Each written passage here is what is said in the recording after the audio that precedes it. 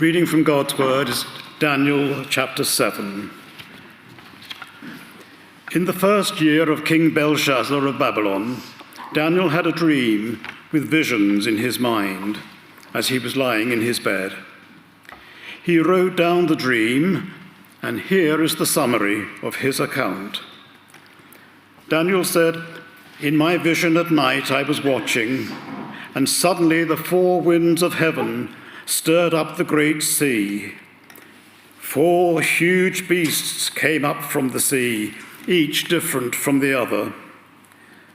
The first was like a lion, but had eagle's wings. I continued watching until its wings were torn off.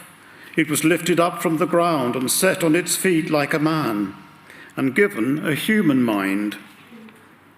Suddenly, another beast appeared, a second one that looked like a bear.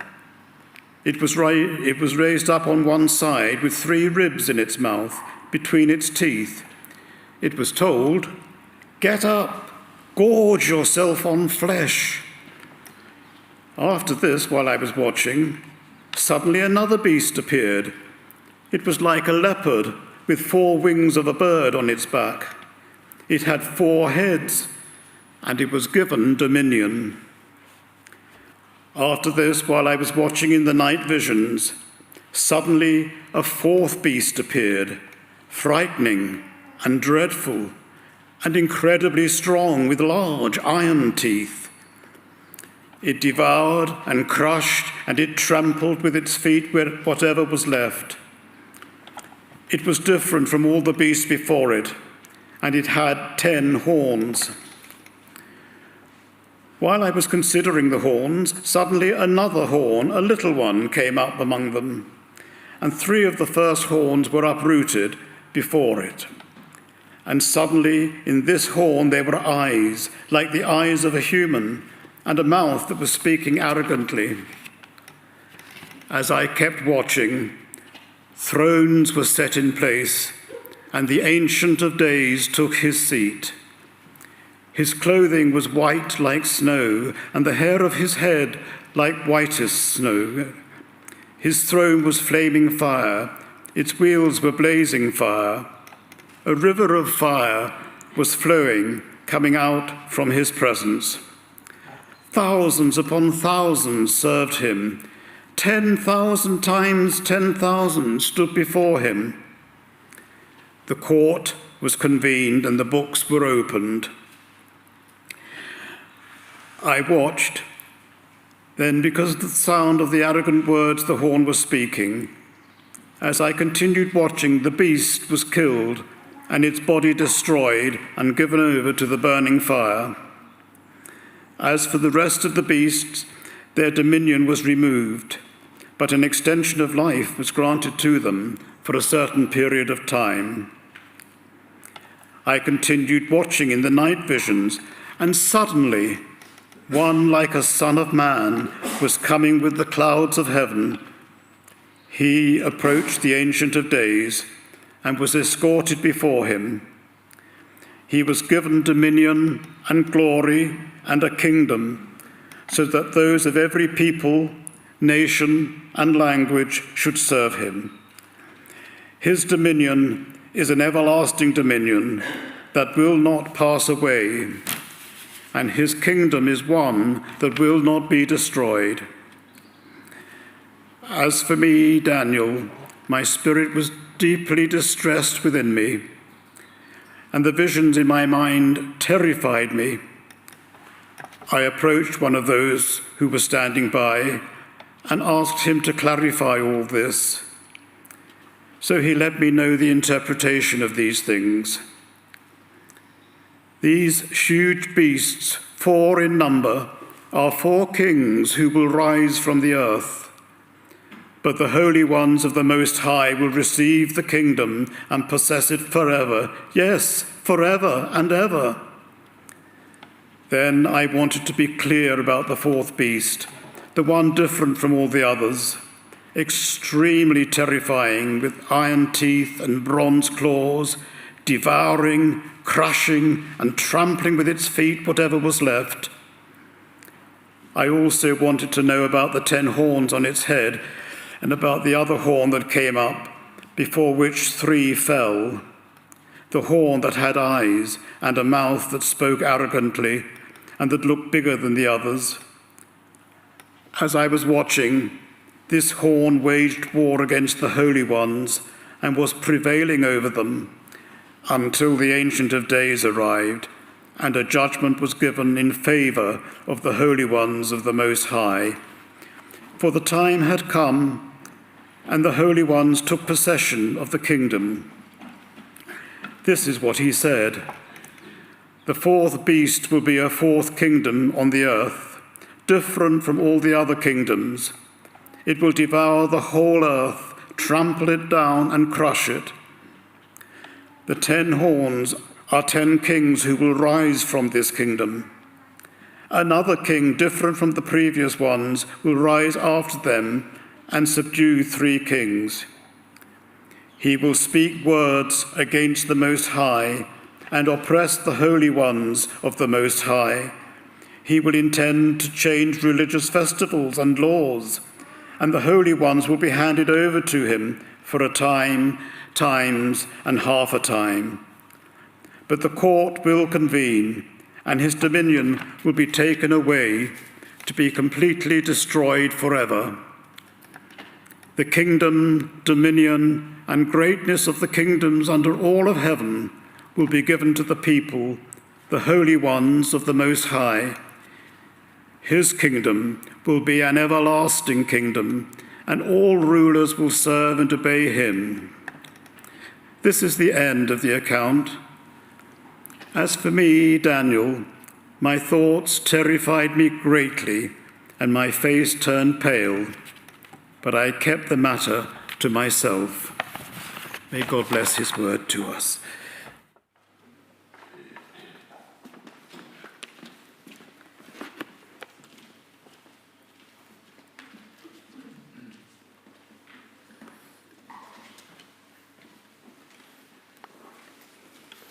Every night, children around the world go to bed and have their sleep worrying that there might be a monster hiding under the bed. But once the lights go out, a hairy, scary monster will come out from underneath the bed and get them. Now, this isn't something new. This isn't a new phenomenon. It probably goes back to the legend of the boogeyman, that mythical creature that was used by adults to frighten children into good behaviour. If you don't go to sleep, the boogeyman will get you. Now, reflecting on trying to get my children to sleep, I'm not sure threatening them with a boogeyman will actually encourage them to go to sleep. I'm not quite sure where this idea comes from. But we all know, don't we, that there aren't monsters hiding under our beds or in our wardrobes. Not even friendly and funny ones like Disney Pixar portrayed in their film Monsters, Inc. But monsters do, from time to time, enter our sleep, enter into our dreams. Real-life monsters give us nightmares. They cause us to wake up, dripping with sweat. And that's what happens to Daniel here in our passage this morning. He saw some monsters. He saw 4 of them, ones that are real, which existed then and continue to exist today.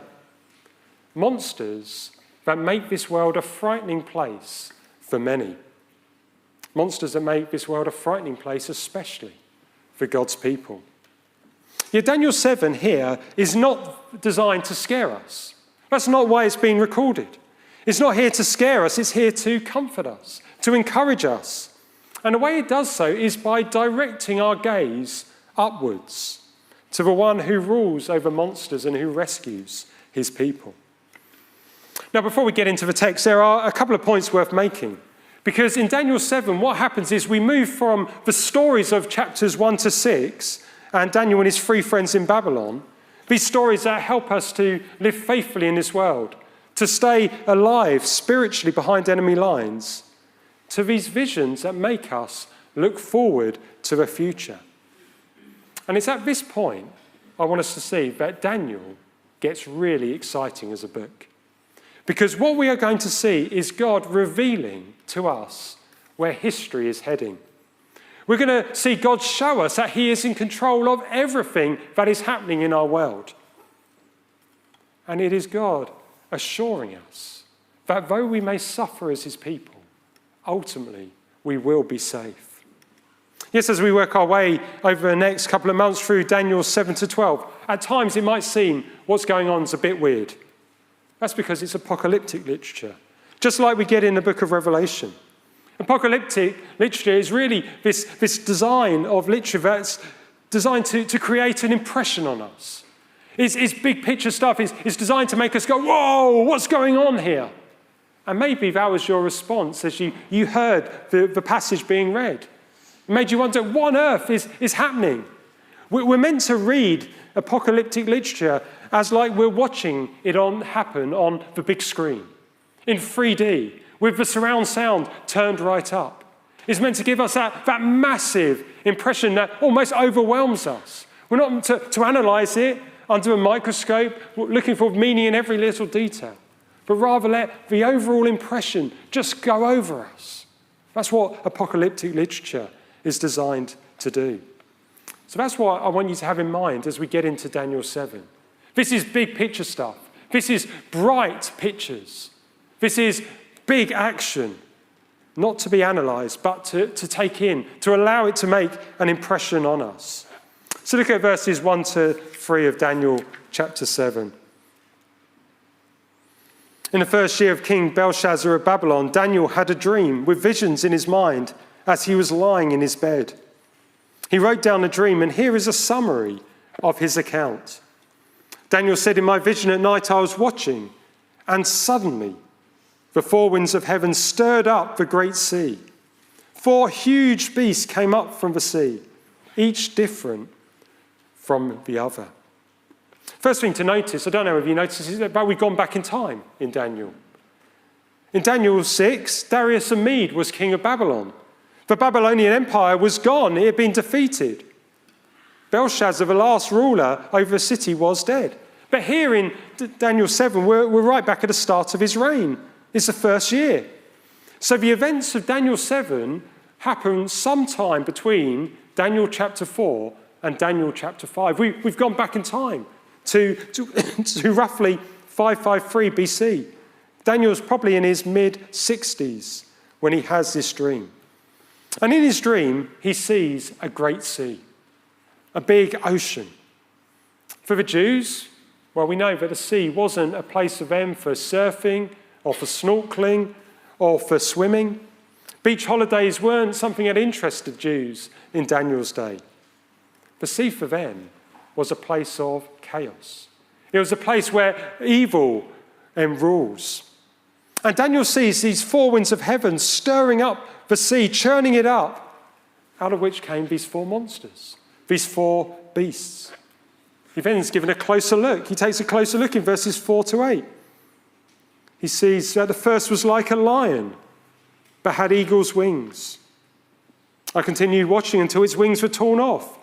It was lifted up from the ground, set on its feet like a man and given a human mind. Suddenly another beast appeared, a second one that looked like a bear.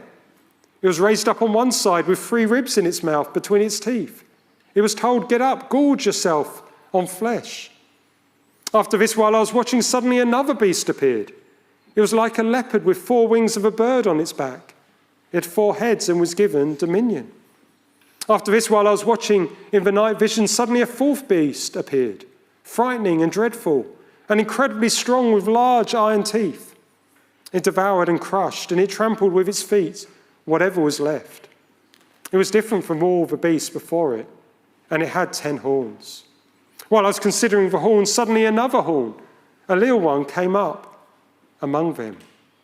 And 3 of the first horns were uprooted before it. And suddenly in this horn there were eyes like the eyes of a human, and a mouth that was speaking arrogantly. Now, each of these beasts that Daniel saw mirror the different parts of a statue from Nebuchadnezzar's dream in chapter 2. We know that because in verse 15, Daniel is given the interpretation of a dream by an angelic messenger.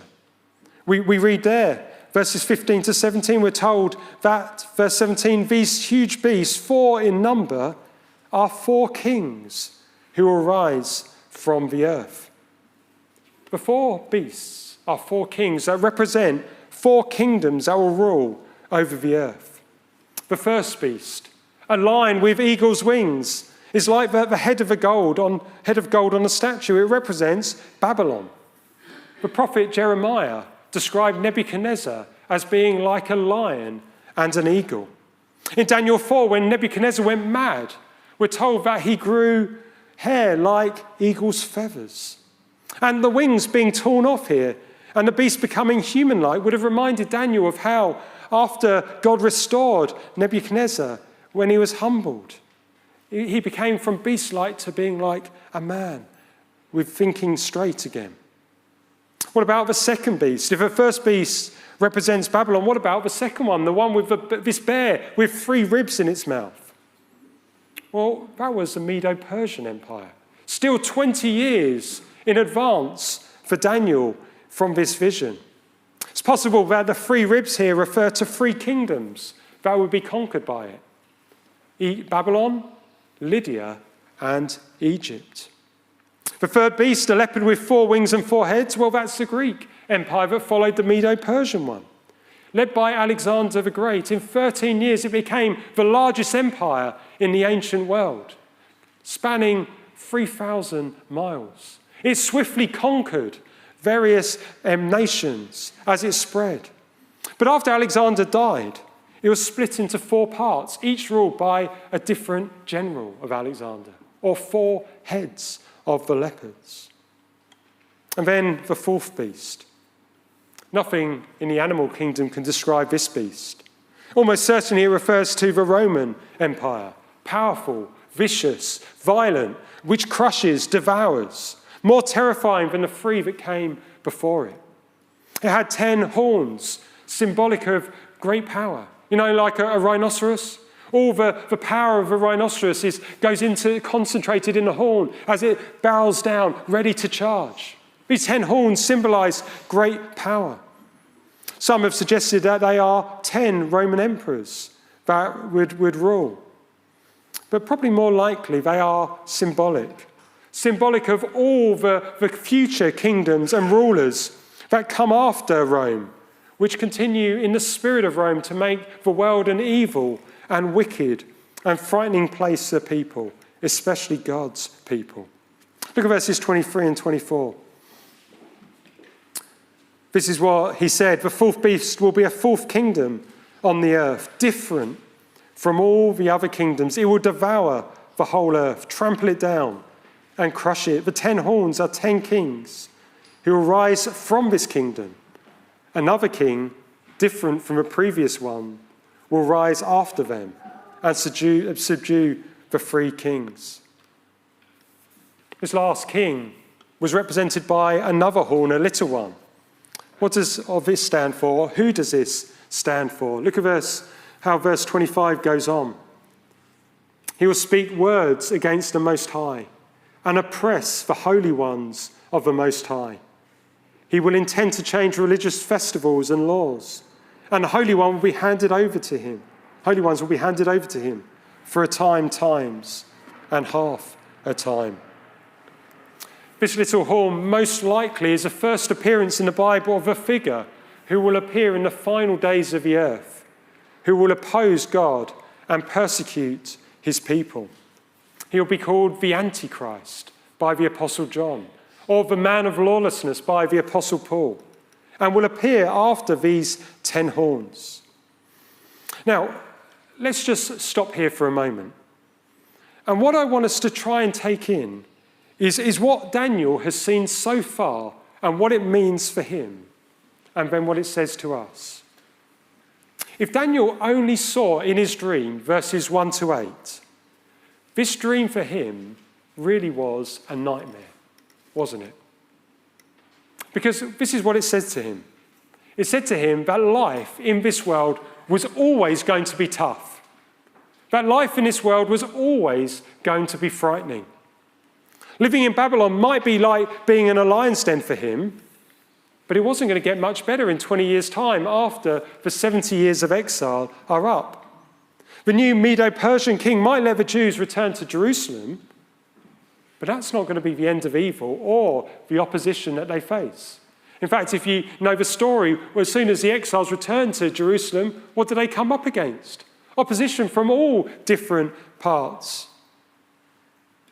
After a Medo-Persian empire, well, there will come the Greek and Roman and countless other empires and rulers and kingdoms and governments who will strut onto the world stage, opposing God and his people, making life difficult for them. And not just for God's people. Life won't be easy for everyone who is ruled over by these powerful and abusive leaders. You see, what Daniel is seeing is that beasts are going to arise. Beasts like monsters will arise and make this world a frightening place for many, and will make this world a frightening place for God's people especially. This is our world, isn't it? Just look around. The news is reporting this every day. It's happening at this very moment. People with power are abusing it. Whether that be over an entire nation, which is what's happening in some parts of the world, or whether it's over a single individual, which is what's happening in homes in this country. People with power are abusing their power, causing hurt and harm for many. This is the world we live in. And the little horn, the Antichrist, the man of lawlessness, is still to come. But as I said at the start, Daniel 7 here is not designed to scare us. It's not here to frighten us, but to comfort and to encourage us. So where is this comfort and encouragement to be found? I don't know whether you noticed as the passage was read, but Daniel does loads of looking or watching in this chapter. And looking is what we need to do if we are to find encouragement from these verses. So will you do that with me now? Will you do some looking with me? Firstly, I want us to look to the Ancient of Days who is seated. That's the first place we need to look if we are to find comfort and encouragement from this passage. We are to look to the Ancient of Days who is seated. Look at verses 9 and 10 with me. As I kept watching, thrones were set in place, and the Ancient of Days took his seat. His clothing was white like snow, and the hair of his head was like whitest wool. His throne was flaming fire. Its wheels were blazing fire. A river of fire was flowing, coming out from his presence. Thousands upon thousands served him. 10,000 times 10,000 stood before him. The courts was convened, and the books were opened. After seeing all those beasts and those horns, something else, or rather someone else, enters the scene of Daniel's dream. The Ancient of Days, God himself. And the descriptions we're given of him are wonderfully comforting. First, his title, the Ancient of Days. God is ancient. Not past it, as youngsters might say of older folk. Ancient as in eternal, always existing, wise beyond all comprehension, as in unchanging, immovable, always been there. These beast-like kingdoms come and go. They rise and they fall. But God doesn't. He was there in the beginning, is now and will be forevermore. He is the same yesterday, today, and forever. This ancient God, this eternal God. Well, second, we see that he's seated. He's on the throne. These monsters come out of a great sea. These kingdoms have and will come on the earth. Well, none of them have taken him by surprise. God is seated. He's not stressed by them. These beasts don't worry him. He's not in a panic about what's going on in his world. Not even for a minuscule moment has he lost control. We're next told that he's pure and holy and righteous. His clothing is white as snow, hair like wool. Unlike the beasts that devour and maul and abuse and hurt. The rule of the Ancient of Days is a good rule for his people. We're then told about, fourthly, he's a consuming fire. He has a flaming throne, and fire comes out of his presence, pointing us to his judgment that is always right. And then fifth, his throne has wheels. It means that God can be everywhere. He can see everything. There's no one and no place on earth that can escape his judgment, including all these beasts that Daniel saw. As we see this picture of God, we're seeing how good and how great and glorious our God is. This is who God is. And what is he doing? Well, end of verse 10. He is bringing his judgment. We get a glimpse into his courtroom, and the books are being opened. A record has been kept of what every king and kingdom and every person has ever done.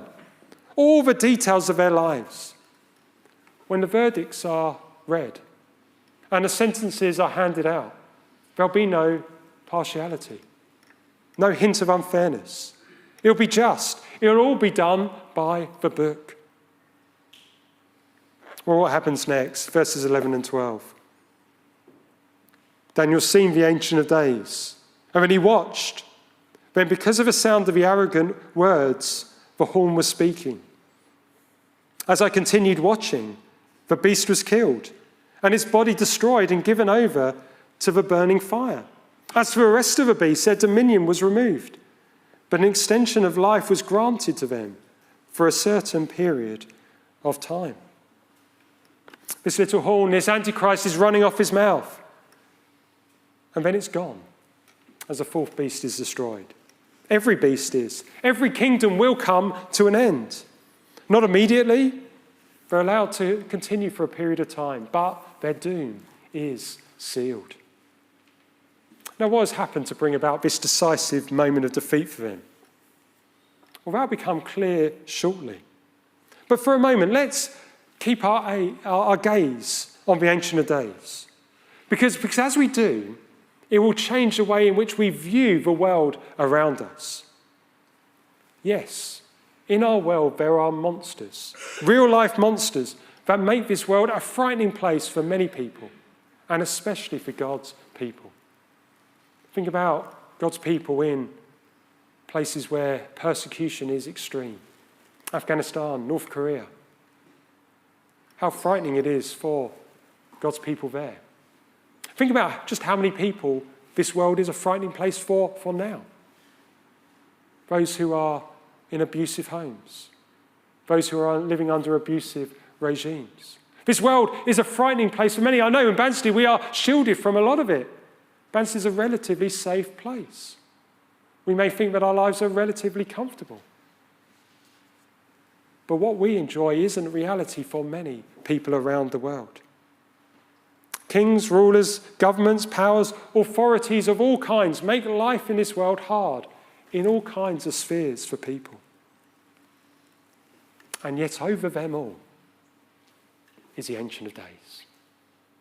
He rules over monsters, and his rule is wise and it is good. He is in absolute control over these monsters. They don't frighten him like they do us. And here's what we also need to know. He judges monsters. He will make sure that justice will be done, that evil in the end won't win. The beasts, the 10 horns, the little horn will all be destroyed in hell. However frightening these monsters are in this world, the Ancient of Days is far more terrifying because of what he can do and what he will do to his enemies and to those who oppose him. He is the judge. He will open books and deliver verdicts, including about you. Are you ready for that? Because it is possible to be. It is possible to be ready for the day when God delivers his verdict on our lives. 3 times in Daniel 7, we're told that there are some people who are found to be ready to meet God as judge. And when they do, they aren't punished like the beasts are. They are given something. Look at verses 17 and 18.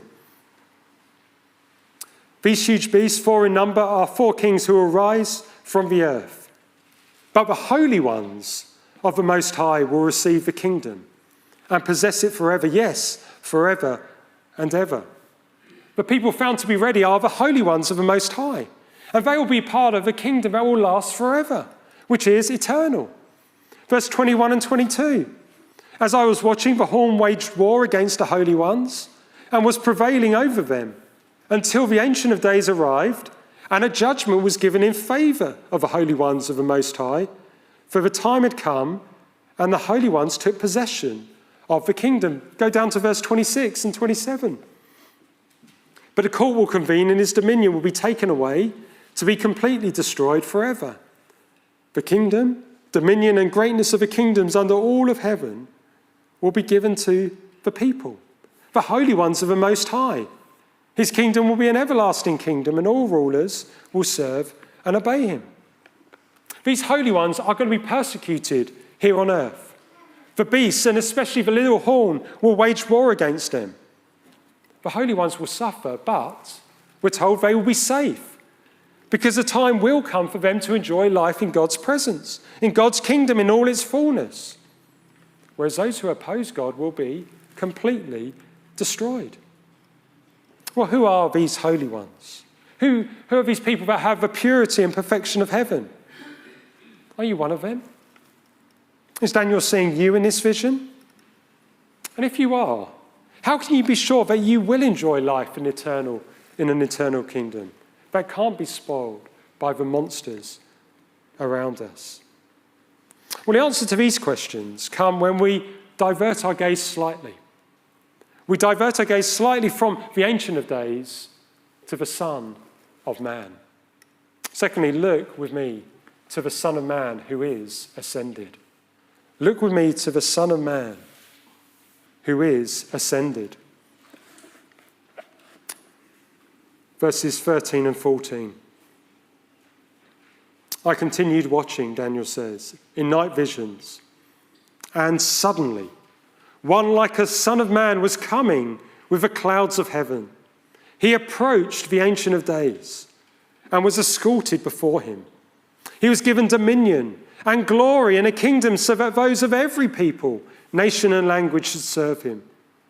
His dominion is an everlasting dominion that will not pass away, and his kingdom is one that will not be destroyed. In his dream, Daniel keeps looking. He now sees one like a son of man coming with the clouds of heaven. He is a son of man who shares our humanity.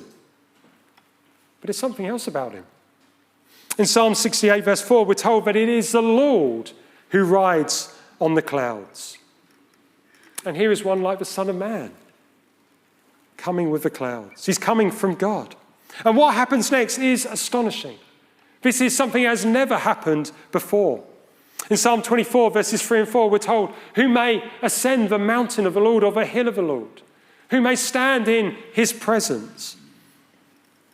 The one who has clean hands and a pure heart, who has not appealed to what is false and who has not sworn deceitfully. Up until this moment, no human has ever been able to ascend and walk into God's presence, to approach the Ancient of Days. But one like a son of man does. And he receives from God the Father a right to rule over his kingdom, his eternal kingdom as one who has all authority in heaven and on earth. Here in the Son of Man is the stone that Nebuchadnezzar saw, which will come and crush all other kingdoms, powers and authorities. Because he's already brought about the decisive moment of defeat for them. You know what Daniel is seeing here, don't you? He is seeing in this moment the ascension of the Lord Jesus, roughly 600 years before it happened. See, Jesus is the Son of Man. Read the Gospels. What is it that Jesus constantly calls himself? He calls himself the Son of Man. And he shows that he is. He shows that he is this figure with all authority.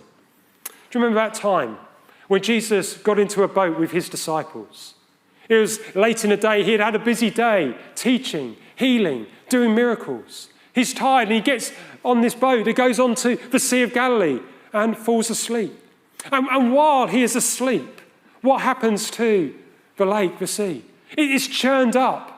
It becomes a great windstorm. It becomes a massive storm. But it's something different about this storm. There's something supernatural about it, something satanic in it. It's like the great sea that Daniel saw in his vision that the four beasts came out of. There was chaos, there was wickedness in this sea. And what does Jesus, the Son of Man, do? Well, he's woken up. He wasn't panicking at all while all this was going on. Just like God isn't panicking here in this vision. He gets up and he rebukes the wind and the waves. Peace, be still. And all was calm. That's something only the Son of Man can do. That's something only one who can defeat the beasts can do. And what does Jesus, the Son of Man, use his power, his authority to do? Well, he uses it to save us. He says to Zacchaeus, the Son of Man came to seek and to save what is lost. He came to save lost sinners. He heals a paralyzed man. Why? So that everyone would know that the Son of Man has authority on this earth to forgive sins. But how does Jesus save lost people? How does he forgive sins? Well, do you remember what he said to his disciples? He said that the Son of Man came not to be served, but to serve, to give his life, to die as a ransom for many. He takes a towel and he humbles himself by washing his disciples' feet, saying that he can clean them of all their sins. The Son of Man, the one who has this authority, uses it to save us. He goes to the cross. And on the cross, he took the punishment guilty sinners like you and me deserve, so that we can be holy ones. On the cross, he defeated the beasts and the one who lurks behind all the beasts, the devil himself, meaning that they only have a short time left before they will be fully and finally destroyed.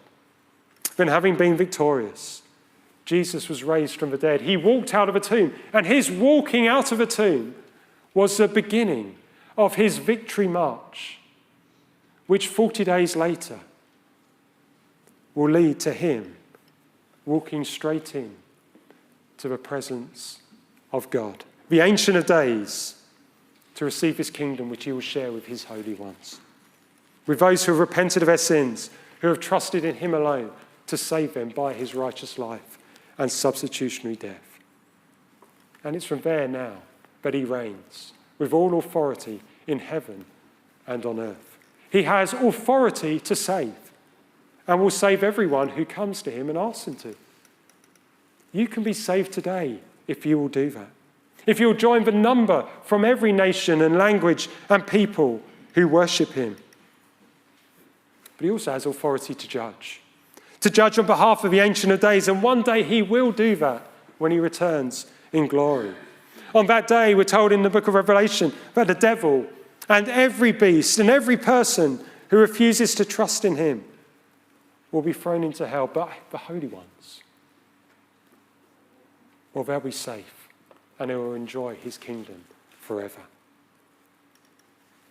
Our world does have beast-like monsters, and it will always have beast-like monsters that will make this place a frightening place for many, and especially for God's people. But take heart, friends. It's only for a short time. Look to the Ancient of Days. God isn't panicking about what's going on in his world today. He rules over all. He's in control of everything that is happening, and he will judge all that oppose him. Evil will not have the last word. Wickedness will not win in the end. Can we be sure of this? We can. Yes, we can. because we can also look to the ascended Son of Man, who lived, died, rose again, and has ascended into heaven so that evil won't win. And we can be sure of this. Life now will be tough. Following Christ is like, as we saw last week, being in a lion's den. And we do feel the breath of these beasts on the back of our neck. But Jesus will return. And we will be among the holy ones of the Most High, who will receive the kingdom and possess it forever. Yes, forever and ever. So keep looking up. Keep looking up to the Ancient of Days. He is seated. And keep looking up to the Son of Man, who has ascended. And he has all authority. Let's pray.